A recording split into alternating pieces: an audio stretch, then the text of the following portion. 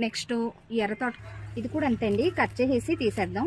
ఉంచితే మనకి ఇంకా కొత్త చిగురులు అది వస్తుంది, కానీ తీసేసి మళ్ళీ కొత్త మట్టి అది కలుపుకుని విత్తనాలు వేసుకుందాం అండి. అలా అయితే కొంచెం పెరుగుదల అది స్పీడ్గా ఉంటుంది అనమాట. తోటకూర వరకు మనం వేర్లతో సహా తీసేసుకుని మళ్ళీ పోసుకుంటే మంచిది. చిన్న సైజు టబ్ కాబట్టి ఉంచినా వస్తుంది, కానీ స్లోగా ఉంటుంది అనమాట. మంచి కలర్ఫుల్గా ఉంటుందండి ఎర్ర తోటకూర. టేస్ట్ కూడా బాగానే ఉంటుంది.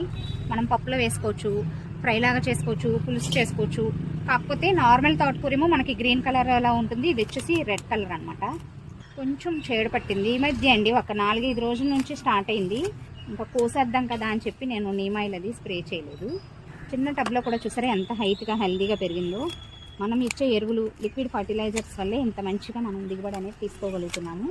ఒకవేళ మీరు ఆకుకూరలు వేసిన తర్వాత ఎదుగుదల అది తక్కువగా ఉంది అనిపిస్తే కొంచెం బియ్యం కడిగిన నీళ్ళు, మినపప్పు కడిగినప్పుడు వచ్చిన వాటర్, ఇలాంటి వాటిని కూడా మనం ఇవ్వటం వల్ల ఎదుగుదల అనేది బాగుంటుందండి.